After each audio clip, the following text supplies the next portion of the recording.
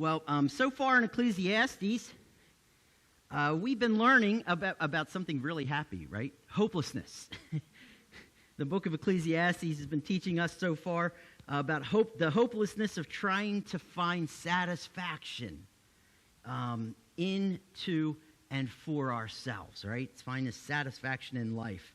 And now, chapter 6, what we're beginning today, is an important chapter in Ecclesiastes because it's the halfway point. In fact, it ends part 1. So it kind of closes the first section of Ecclesiastes in this argument that Solomon's making. And because of that, what it does in chapter 6, it offers a summary of what he's talked about so far of the first half of the book. But it also gives us an indication as to where this problem of the hopelessness of satisfaction, the problem as well as the solution for meaning in life may lie.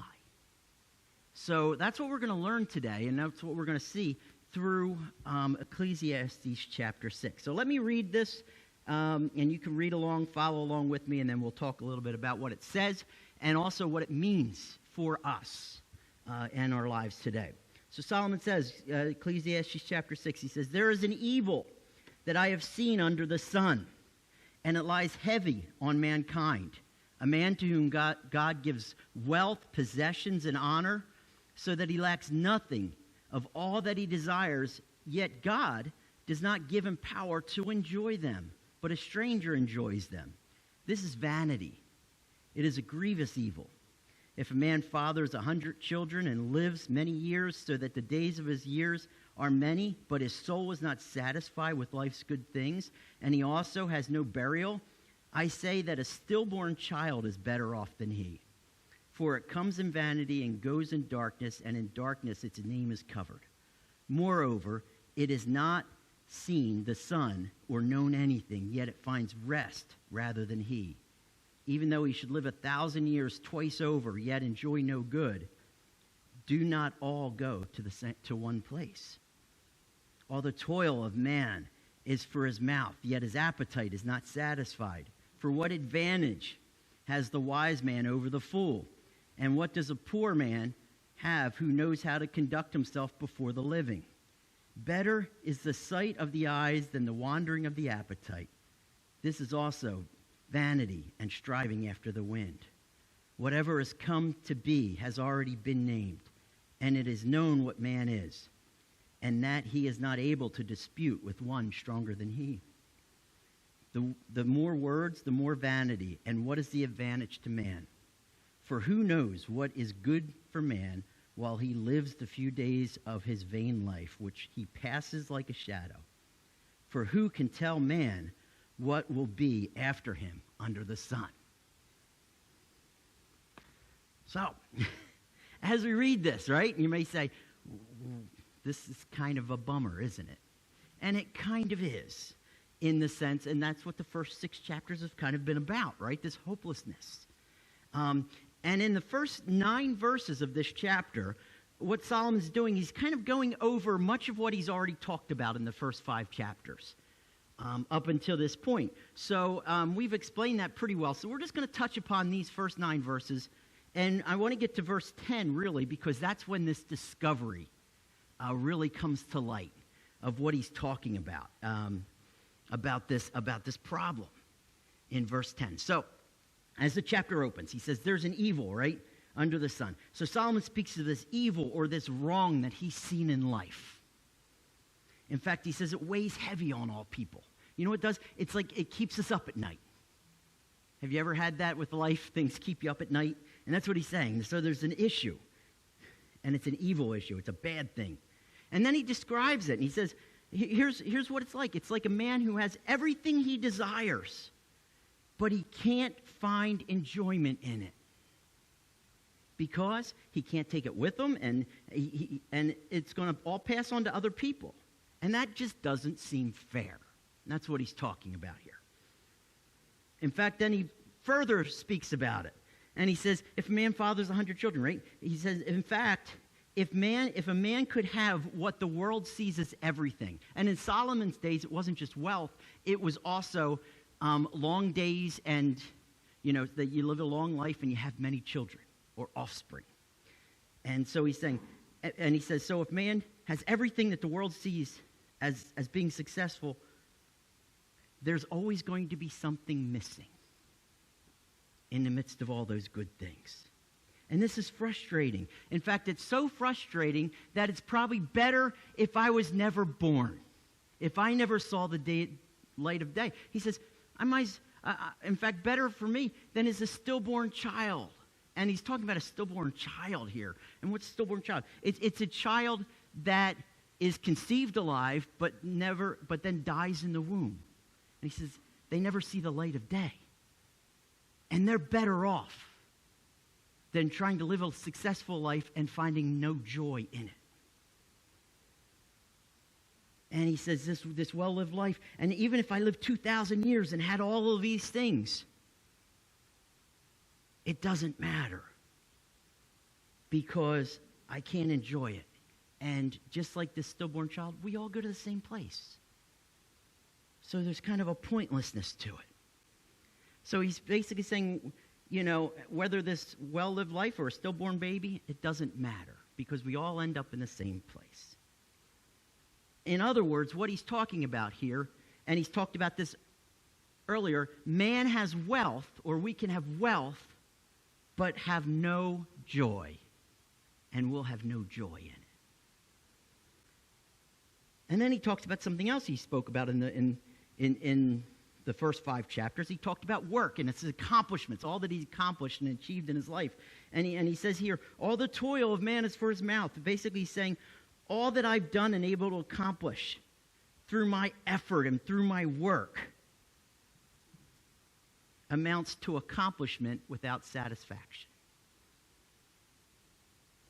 He says that this toil or this work is insatiable, right? It's never satisfied.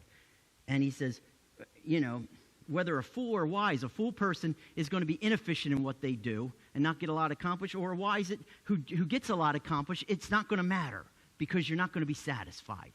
And he says whether you're poor and you know how to act in front of people, or you're rich and you don't, it doesn't matter if you're polite or a good person or not, you're still not going to be satisfied in what you do. And he comes to the conclusion, he says that it's better if I could only be satisfied with what I've already done or accomplished, rather than always wanting to accomplish more, or always seeing that there's more to be done. And he comes to this conclusion then after the first 9 verses, in all man does and all he has, he can't find joy or satisfaction. That pretty much sums up the first 5 chapters, doesn't it? Now he comes to verse 10, and he turns his attention to God, but not in the way we might think. He comes to this, but he basically saying, well, perhaps this misery is God's fault. In fact, he alludes to that in verse 2, right? Because he says that this man gets everything he desires. God gives it to him, but God also makes sure he doesn't get to enjoy it. Maybe it's God's fault. Have you ever been there? Have you ever blamed God for not having joy in your life, or not having satisfaction, and what you're always looking at what you're lacking instead of what you have, and you're just like, God, this is your fault I'm like this. You ever been there? Well, here's Solomon. However, as he starts to work through this, instead of finding reason to blame God, Solomon discovers something important about God that shakes everything up. First, he says, God, you see man for who he truly is, right? In verse 12. In fact, you see the beginning, you've seen man and known man, and you see him from the beginning to the end. You see it all. That's what he says. So, God, you see all. Oh. And then he says, also, God, you name man. In a sense, he's saying, you've created man. You create and you sustain man. And so that man, so much so that man then can't manipulate you or change God or his purposes in life, no matter how much we try to do or we try to argue with him. And he comes to that conclusion. He says, you know what? God not only sees all, he's over all. And then verse 12, why man doesn't know why he's here. Or Solomon says, for who knows what is good for man while he lives on this earth?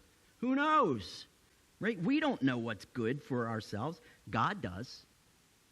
And he even knows what will last, right? Who can tell what will be after him under the sun? Well, who? God. God can tell. So God knows what's good. God knows what's best. And God knows what is of worth in our lives. So God sees all, he's over all, and he knows all. And Solomon is coming to this conclusion by saying, well, if God is all that, maybe God's not at fault. Maybe this isn't God's fault. In fact, I see this. God is in charge. So, if this evil thing that I'm talking about, this meaninglessness, this frustration, and this thing that robs us of joy and satisfaction isn't God's problem, maybe it's ours. You see, what Solomon starts to realize about himself and really all of mankind is this. We always come up empty, trying to fill ourselves with that which only belongs to God. We'll always come up empty when we try to fill ourselves, when we try to find joy and satisfaction, when we try to basically be God. We try to fill ourselves with who God is and basically saying, I want to be God myself. Now, this problem, it didn't begin with Solomon. Solomon wasn't the source of this, and neither are we. So where did all of this go wrong? Where did all of this happen? This frustration begin? Well, for that we need to go back to the beginning. Not the beginning of Ecclesiastes, but the beginning of it all. You see, Ecclesiastes is rooted all the way back at the beginning. So as we go back to Genesis chapter 1 says what? God created all things. In the beginning, God created all things. There was nothing in existence except God, and he created everything that is in existence. Even man he made in his own image. And he placed man, Adam, in the Garden of Eden. And he even gave Adam what he needed in a companion in Eve, and he creates Eve. So that both man and woman, all of mankind, could enjoy or have joy in God and all that he provided. Then God commissioned Adam and Eve in chapter 2. He talks about that he put man in the garden to work the garden. He commissions mankind to care for this garden. And then also to name all the animals. He says, I'm going to invite you into my work here. Include you. And what happens is man and woman start to find satisfaction in their work. Because their work is participating in enjoying God and what he's done. Imagine Adam and Eve as they start to care for the garden and they discover things and they start to dig in the dirt and they find earthworms and they start to say, wow, what are these doing here? Wow, look how nice the soil is. Look how things grow out of the soil and as they're working the garden. And then as they look at the animals and they start to name the animals and they're like, this is really neat that God would create this one to look like this and this to look like this. And what are they doing? Their work's not, what do I have to do, right? They're sitting there saying, wow. This is really cool. And we get to do this and participate in what God has done. And in all of this, God gives them one prohibition, doesn't he? He says, now there's this tree, the knowledge of good and evil. You see it there. Don't ever eat it. Because if you eat of it, the day you do, you'll die. And this is where the problem then comes in. Satan, in the form of a serpent, comes in to tempt Adam and Eve, right? To disobey God. And he comes to them and says, oh no, eat of that. You can do it. And Eve actually tells Satan, the serpent, and says, no, God says the day we eat of it or we touch it, we're going to die. And Satan kind of presses that, and he says, no. This is chapter 3 of Genesis. He says, no, you won't die when you eat that. As a matter of fact, let me tell you what will happen. Look at Genesis 3:5. He says, for God knows that when you eat of it, your eyes will be opened, and you will be like God, knowing good and evil. Now this sounds appealing. And they eat it. And as a result, sin enters the world, and it infects all of mankind through that. And when we look at this, this is what is at the heart of sin then, when we understand sin. We look at the first sin, it encapsulates all of sin. What is it? We want to be God unto ourselves. We want to do things our way instead of God's way. Remember, every time we disobey God, it's sin. And anytime we don't do what he wants us to do, it's sin. That's what sin is. So it's doing things our own way, we wanting to be God. And this is at the heart of what sin is. And the result of sin, as God talks about, is not only death, but there's something else. In fact, God then cast Adam and Eve out of the garden, but he also pronounces some curses to them, some things that will follow them, follow mankind from them forward. In fact, to Eve, he says this in verse 16 of chapter 3. He says, I will surely multiply your pain in childbearing. In pain you shall bring forth children. Not only that, your desire will be for your husband, and he shall rule over you. You know what God's saying here in this curse? In other words, you'll find pain in something that's meant to bring joy. Childbirth, right? And you'll find frustration as you desire something in your husband that you will never find. Then to Adam, he says this. Not only this, but Adam.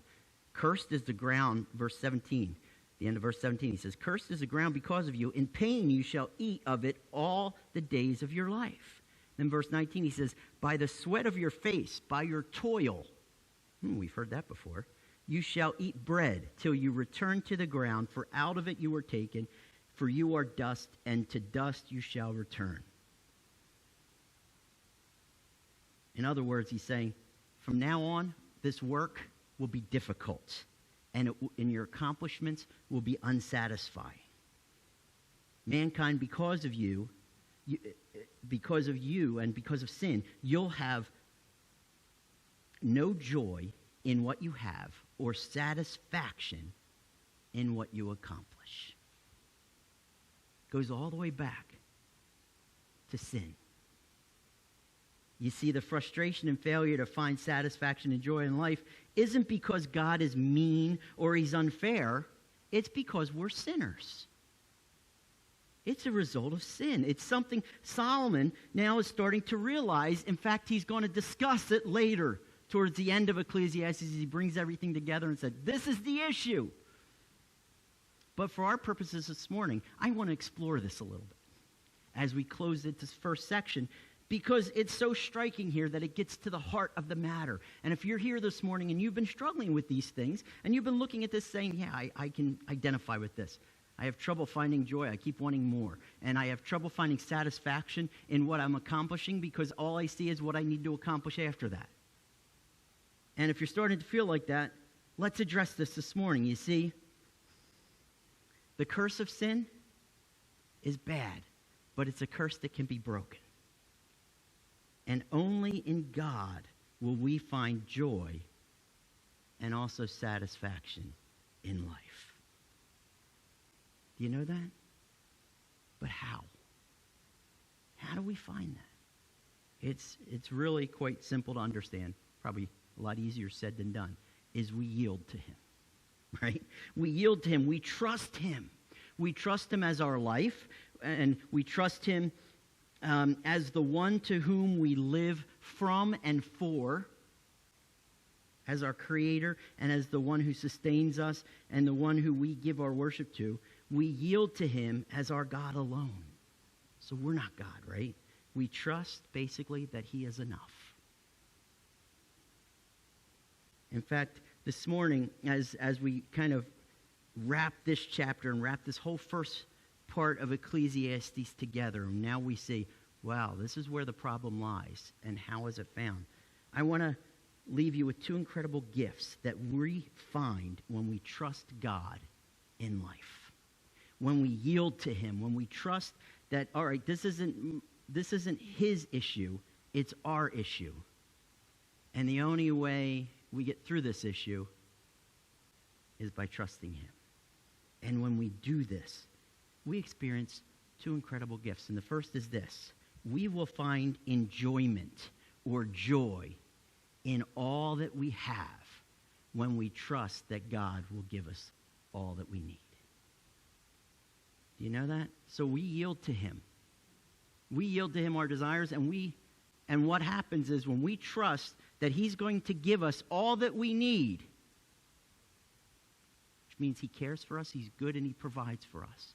And when we trust that, then we can find enjoyment in all that we have because we know it's from him. There is joy in trusting that God gives us what we need. In fact, that's where our joy begins, isn't it? At our greatest need. You know, we can't have hope. We can't hope to have joy and satisfaction in our life because of sin. Sin keeps us from that. And the curse of sin keeps us from even the possibility of joy and satisfaction in life. And the reality is that we all sin, and so that we're all under the curse of sin. And there's nothing that we can do in and of ourselves to break out of that. We will die and we will be eternally separated from God without having this sin issue dealt with. And the problem is that God has a standard. God says the only way you can be worthy of me is to be perfect. And that, I don't know about you, but we aren't, are we? So we already have blown it. We're already not worthy of him. So then we can't earn it. And the other problem is that sin carries a penalty, doesn't it? It carries the penalty of death. And that has to be paid.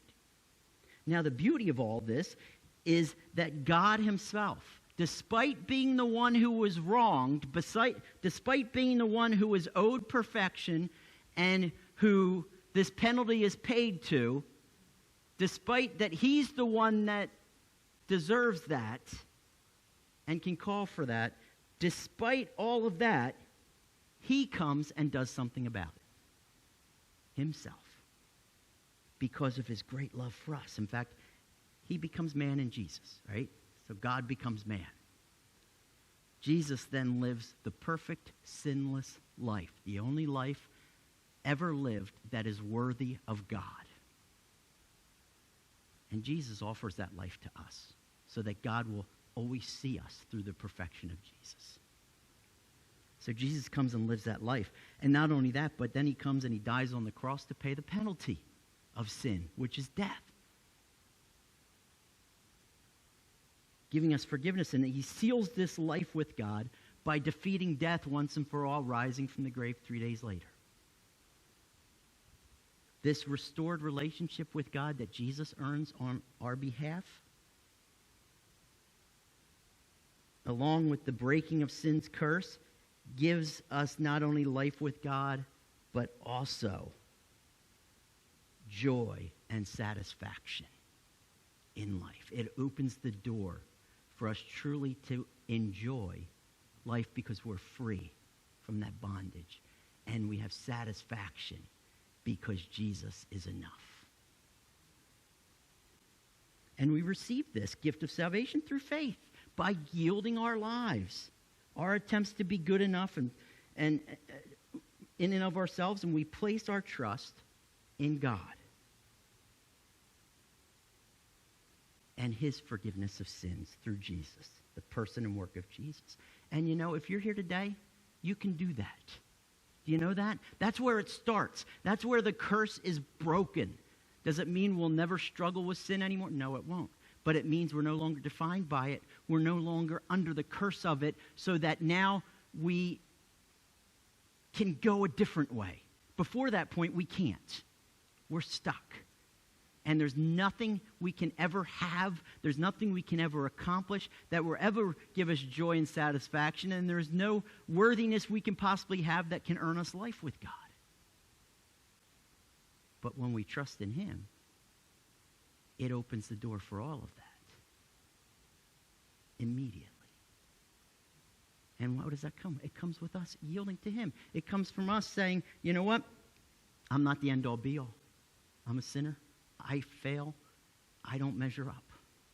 So I am trusting in you alone, Jesus, to be my life and to be my payment, so that I can have a relationship with God, not only here and now, but for all eternity. That's where it begins. It begins with us crying out to God and saying, God, take me, save me. And you can do that right here and now today. In fact, you have my permission not to listen to me another word until you deal with this, with you and God, because it's nothing that you have to run down an aisle or jump through any hoops. You can do this right where you sit. That's where it begins. That's when the curse is broken. If you want to know more about it, you can talk to me after service if you'd like as well. In fact, as the psalmist talks about, and he says, when we have this salvation, you know what it is? Joy is restored. Because it's the joy of our salvation. It's the joy that we have something that we didn't earn or deserve, and it was just given to us. It's more than we could ever hope for. And this joy, as we walk with him and we trust him to provide our practice, comes when not only we walk with him, but we trust him to provide for our needs as well. Do you know that? Joy comes when we realize that God provides our needs. In fact, Paul in Philippians chapter 4, he begins a whole section in chapter 4 where he says, rejoice always. Again, I say rejoice. You know what that is? Have joy. Again, I want to tell you, have joy in the Lord. And here's how you have joy in the Lord. And then he goes on to discuss, hey, if you have a need, take it to God. Take your praises to God, take your needs to God, and be thankful that that he cares for you. And not only that, but instead of looking at what you don't have or what you didn't do or can't see, rather look at what God's doing. And he says, whatsoever things are pure, whatsoever things are lovely, whatsoever things, if there's anything praiseworthy, think of these things. You know where he says that in chapter 4? And then he comes to this conclusion in verse 19. The conclusion of the matter to giving us peace and joy with him is this: and my God will supply every need of yours according to his riches in glory in Christ Jesus. This is a promise God gives us to supply our needs. God has promised his care and his provision for all that we need. Now, maybe for us, this provision includes, providing a car repair at a cheaper price that we didn't think we could ever afford.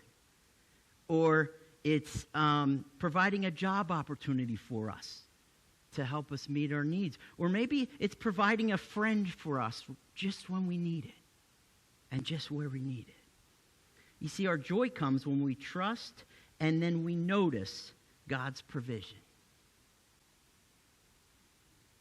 Not only do we find joy in God's provision when we trust him, but here's something else. Here's the second blessing.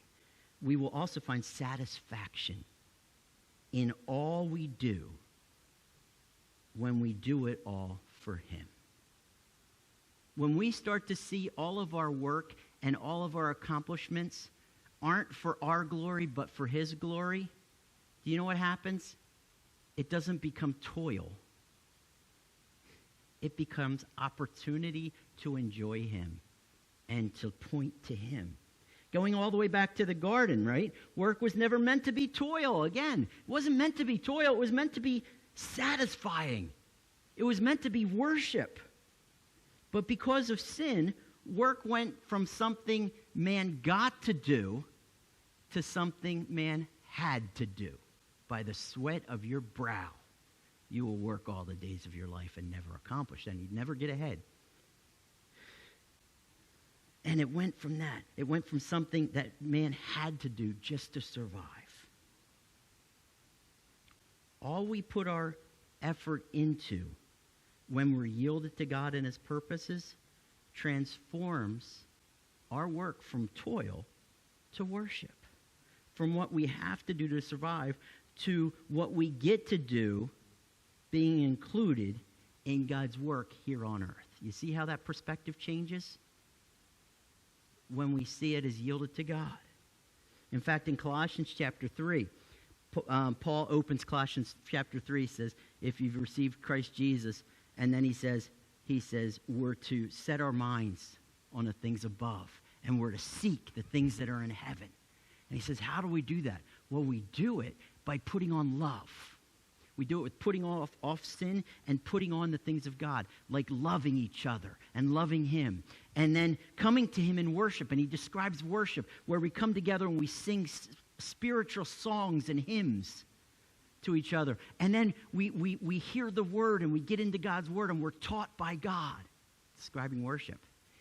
Then you know where he goes? In this same vein of worship, he says this in verse 17, and whatever you do, in word or deed, do everything in the name of the Lord Jesus, giving thanks to God the Father through him. Have you ever thought about your job or about school if you're in school, or even work around the house or the yard as worship? As opportunities to reflect God and to celebrate his work and gifts. Have you ever thought about that? You see, that's what work can be when we yield to God. Is now we're not just going and putting in our time. We're partakers in God's creation and God's provision. And we get to reflect him wherever we go.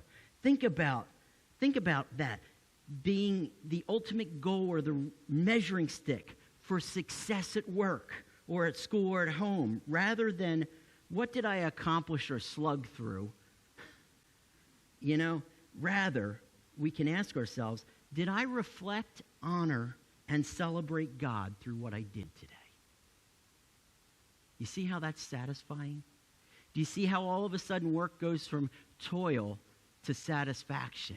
To be able to say, wow, I got to walk in how God created me and opportunities he's provided for me. And I got to walk in that, and I did it in such a way that I got to point to him so my coworkers and my fellow students, or even my neighbors, see the greatness of God.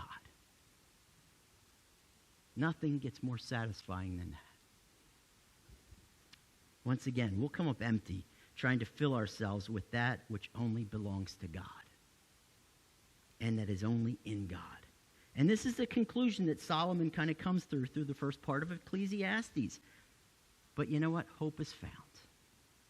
Hope is found in God alone, who breaks sin's curse through Jesus, allowing us to experience not only life, but joy and satisfaction in all things through him. Here's the reality. God is not keeping us from experiencing a great life. Do you know that? He's offering it freely when we yield it to him. So here's what Solomon's saying. God is not the problem. He is the solution to a meaningful life. Let's pray.